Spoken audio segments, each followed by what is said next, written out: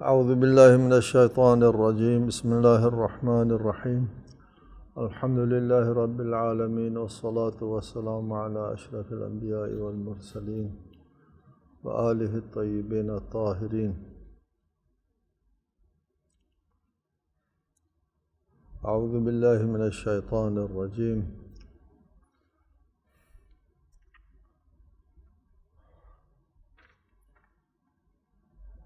وَإِن كُنتُمْ فِي رَيْبٍ مِّمَّا نَزَّلْنَا عَلَىٰ عَبْدِنَا فَأْتُوا بِسُورَةٍ مِّن مِّثْلِهِ. قرآن کے معجزہ ہونے کے سلسلے میں گفتگو ہو رہی تھی. کل ہم نے عرض کیا کہ قرآن کا معجزہ ہمہ جانبہ معجزہ ہے، ہر پہلو سے معجزہ ہے. اس سے معجزے سے مربوط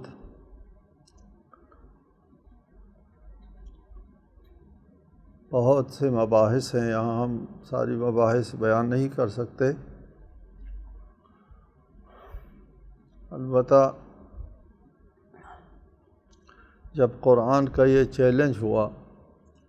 فَأْتُوا بِسُورَةٍ مِّن مِّثْلِهِ، اس قرآن جیسا ایک سورہ بنا کر لاؤ، تو آج تک عصر نزول قرآن سے لے کر آج تک بہت سے معاندین اور بہت سے دشمنان اسلام کے ساتھ برسر پیکار ہیں، یا اسلام ان کے ساتھ برسر پیکار ہیں، اور طرح طرح کی سازشیں اسلام کے خلاف وہ لوگ بناتے ہیں. آسان طریقہ ان کے لیے یہ تھا جنگیں لڑنے سے، سازشیں کرنے سے اور مختلف حربے استعمال کرنے سے. سب سے آسان طریقہ یہ تھا کہ ایک سورہ اِنَّا أَعْطَيْنَاكَ الْكَوْثَرَ فَصَلِّ لِرَبِّكَ وَانْحَرْ إِنَّ شَانِئَكَ هُوَ الْأَبْتَرُ، اس کا مقابلہ کرتے. 2 لفظوں 3 آیتیں ہیں، ان 3-4 آیتوں کا مقابلہ کر کے بتا دیتے کہ یہ لو کہ قرآن کا ہم مقابلہ کر سکتے ہیں. آج تک عصر نزول قرآن سے لے کر آج تک تمام اہل فکر، اہل بلاغات، اہل لغات، اہل ادب،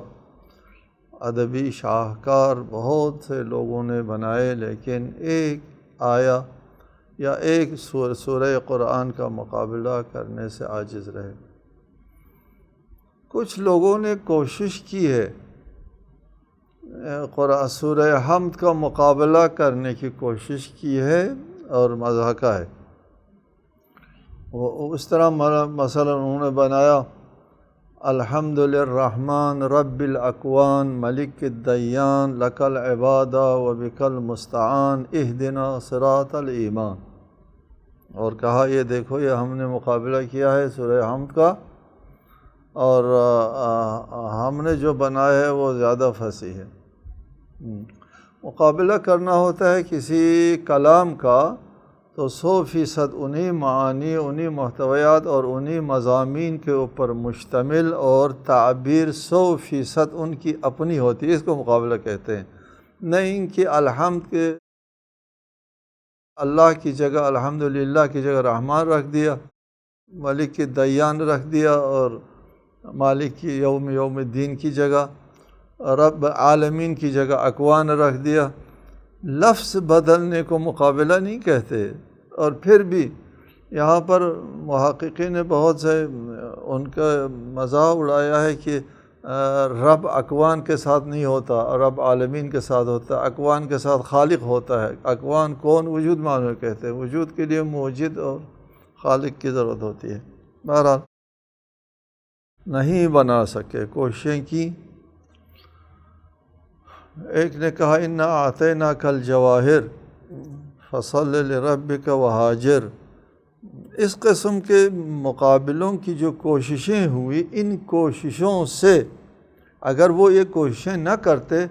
تو شاید کسی کو واہمہ ہوتا کہ یار قرآن کا کوئی نہ کوئی مقابلہ تو ہو سکتا تھا، کسی نے کیا نہیں، لیکن جب کر کے دکھایا تو پتہ چلا کہ واقعاً مقابلہ نہیں ہو سکتا۔ آگے ایک اور بحث ہے معجزات کے بارے میں۔ بہتر ہے کہ ہم یہاں پر ناظرین کی معلومات میں اضافے کے لیے یہ بحث بھی چھیڑ دیں کہ معجزات کیا قانون طبیعت کے مطابق ہوتے ہیں یا قانون طبیعت کو توڑ کر وجود میں آتا ہے۔ اس لیے یہاں پر کچھ سائنس سے مرعوب اذہان ہیں، ان لوگوں نے معجزات کو طبیعتی قوانین کے دفعات کے تحت لانے کی بہت کوشش کی گئی۔ طبیعتی قوانین کے تحت لانے کا مطلب یہ ہوا کہ اللہ تعالیٰ قادر مطلق نہیں ہے۔ طبیعتی قانون کیا ہے؟ جو اس وقت قانون طبیعت فیچر جو اس وقت رائج ہے، اسی رائج قانون طبیعت کے تحت رونما ہوتے ہیں۔ اس کو توڑ کر اس سے مافوق کوئی چیز نہیں ہوتی معجزہ۔ قانون فطرت کے تحت جو چل رہا ہے وہی اسی کے تحت ہوتا ہے۔ اس کا مطلب یہ ہے کہ ان لوگوں کا اللہ قادر مختار نہیں ہے۔ ایک ہمارے اصطلاح ہے قادر موجب اور قادر مختار۔ قادر مختار اس کو کہتے ہیں خود مختار قادر، ان شاء فعل و ان لم یشاء لم یفعل، جو اگر کرنا چاہے کرے، نہ کرنا چاہے نہ کرے، اس کو قادر مختار کہتے ہیں کہ وہ جس طرح چاہیں کرے۔ جیسا کہ اللہ تعالیٰ فرماتا ہے وہ علی کل شیء قدیر، ہر شے کے اوپر اللہ تعالیٰ قادر ہے۔ تو ہر شے کے اوپر قادر ہے تو وہ جیسے چاہے، جس طرح چاہے وہ کر سکتا ہے۔ قادر موجب اس کو کہتے ہیں کہ وہ اپنی طبیعت کے مطابق چل سکتا ہے، اس سے ادھر ادھر ہٹ نہیں سکتا۔ مثلاً آگ کا کام ہے حرارت دینا، اب آگ ایک حرارت دے سکتی ہے، آگ ہو اور پھر حرارت نہ دے، یا پانی کا کام ہے رطوبت دینا اور پانی ہو اور رطوبت ہو نہ ہو، خشک پانی ہو، نہیں ہو سکتا۔ یہ قادر موجب ہے جو اپنی طبیعت کے تحت کام کرنے پر مجبور ہے اور منحصر ہے اپنی طبیعت کے ساتھ، ادھر ادھر نہیں ہو سکتا۔ اس کو قادر موجب کہتے ہیں۔ یہ لوگ اللہ کو بھی اسی طرح سمجھتے ہیں کہ ادھر ادھر نہیں ہو سکتا، اپنی اس لائن سے ہٹ نہیں سکتا، اپنی لائن کا یہ جو طبیعتی قانون کے جو لائن طے ہے پہلے سے، اسی کے تحت ہوتا ہے ہر کام جو ہوتا ہے، اس سے ہٹ کے اونچ نیچ نہیں کر سکتا۔ اللہ کو قادر موجب جو سمجھتے ہیں، جیسے آگ قادر ہے جلانے پر، پانی قادر ہے رطوبت دینے پر، اس طرح اللہ کو بھی اس قسم کا قادر سمجھتے ہیں کہ وہ آگ جو ہے وہ اپنی طبیعت کے تحت کام کر سکتی ہے، اس سے ہٹ کے کام نہیں کر سکتی۔ اللہ تعالیٰ قادر مختار ہے، اللہ تعالیٰ کے لیے ہر بات ممکن ہے۔ البتہ معجزات کے سلسلے میں یہ بات اپنی جگہ طے ہے کہ معجزات محالات و ناممکنات سے مربوط نہیں، ممکن چیزوں میں معجزات ہوتا ہے۔ مثلا 5 میں ضرب دے دے معجزے کے طور پر 15 ہو جائیں، ایسا تو نہیں ہوتا، محالات ہے۔ یہ معجزہ وہاں رونما ہو سکتا ہے جہاں پر حضرت موسیٰ کے عصا مارنے سے 12 چشمے پھوٹ پڑے۔ چشمے پھوٹنا ناممکنات میں سے نہیں ہے، پھوٹ سکتے ہیں، اور معجزہ جو ہے وہ ممکنات سے مربوط ہے۔ آگے ہم چلتے ہیں کہ کیا معجزات طبیعتی قانون کے دائرے میں رونما ہوتے ہیں یا طبیعتی قانون کا دائرہ توڑ کر وجود میں آتے ہیں۔ یہاں پر قرآن قانون طبیعت، قانون علت و معلول کو مانتا ہے کہ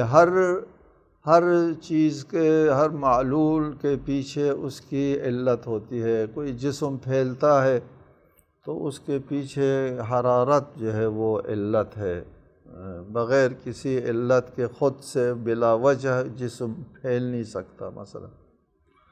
یا سکڑتا ہے تو برودت جو ہے وہ اس کے لیے علت ہے۔ قانون علت کو قرآن تسلیم کرتا ہے کہ ہر مادی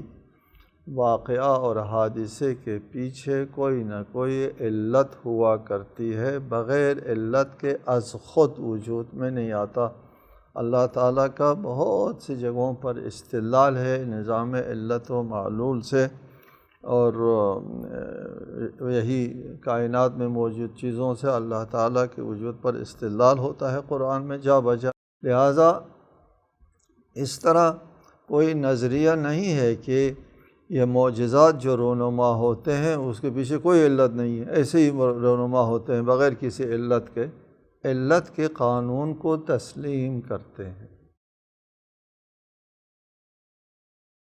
اور ساتھ ساتھ یہ بھی مسلم مانتے ہیں ہم لوگ کہ قانون طبیعت سے ہٹ کر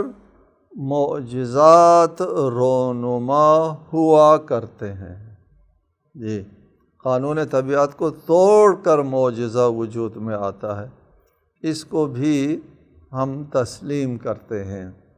تو پھر ان دونوں کو کیسے آپ جمع کریں گے؟ ایک طرف آپ کہتے ہیں کہ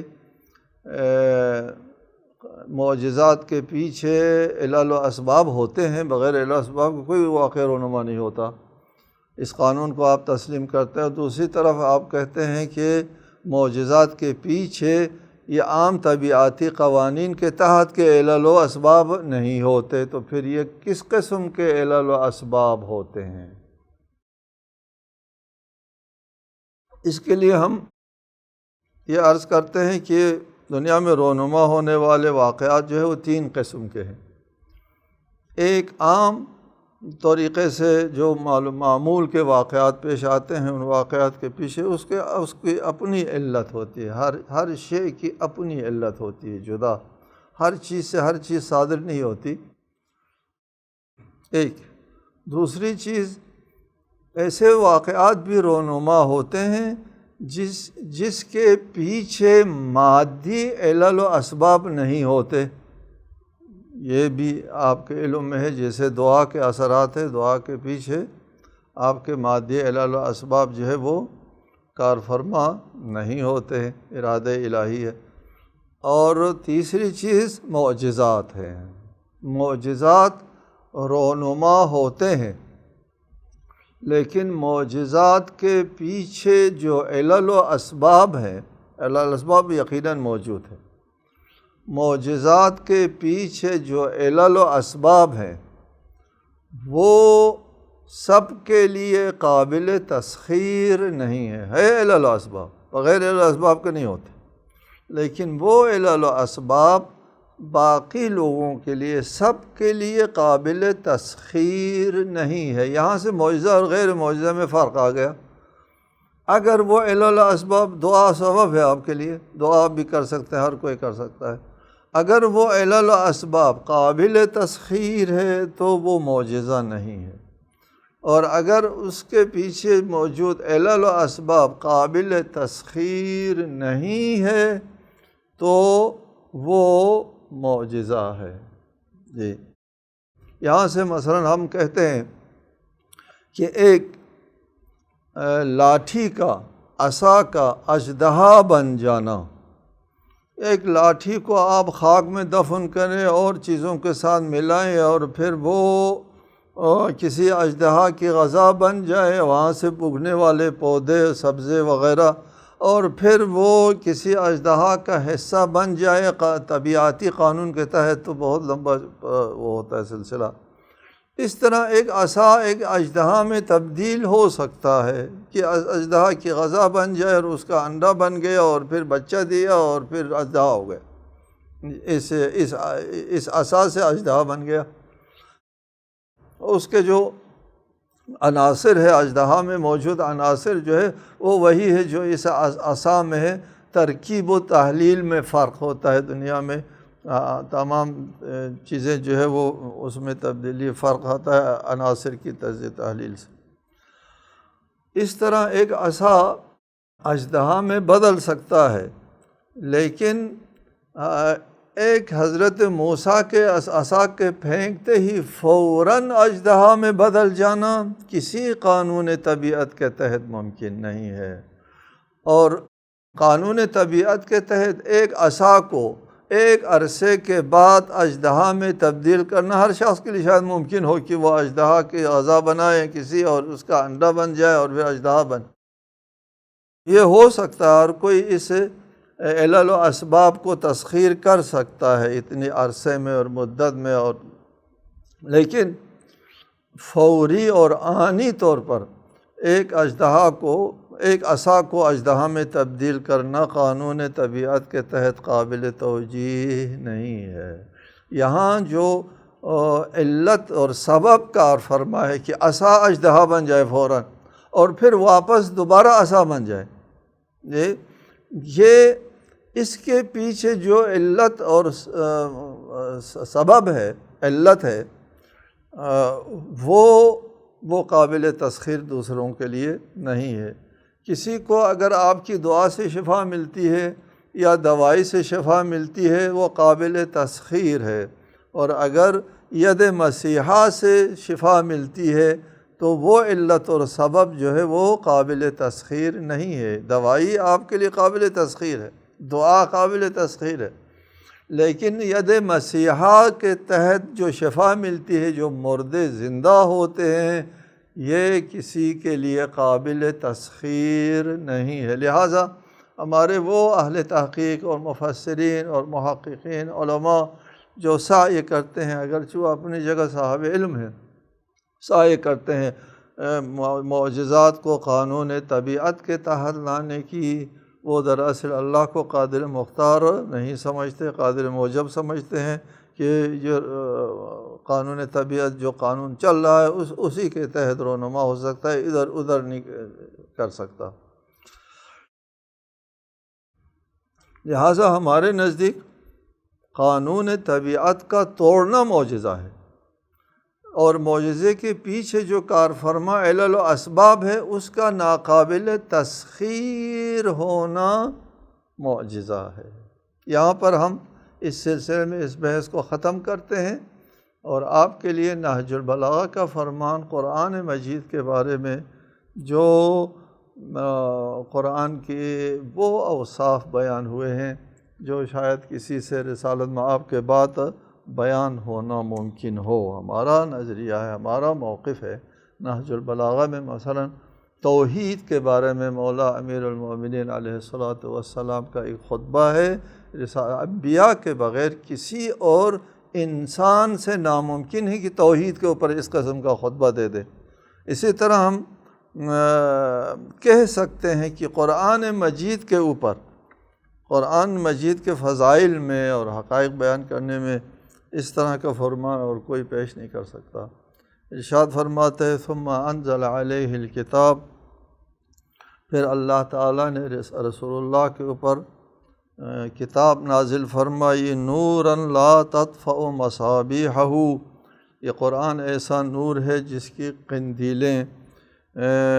گل نہیں ہوتی، وسراجا لا یخبأ توقدہ، ایسا چراغ ہے جس کی لو خاموش نہیں ہوتی، وبحر لا یدرک قعرہ، ایسا دریا ہے جس کی تہ تک رسائی نہیں حاصل ہو سکتی، ومنہاجا لا یضل نہجہ، ایسا راستہ ہے جس میں راہ پیمائی بے راہ نہیں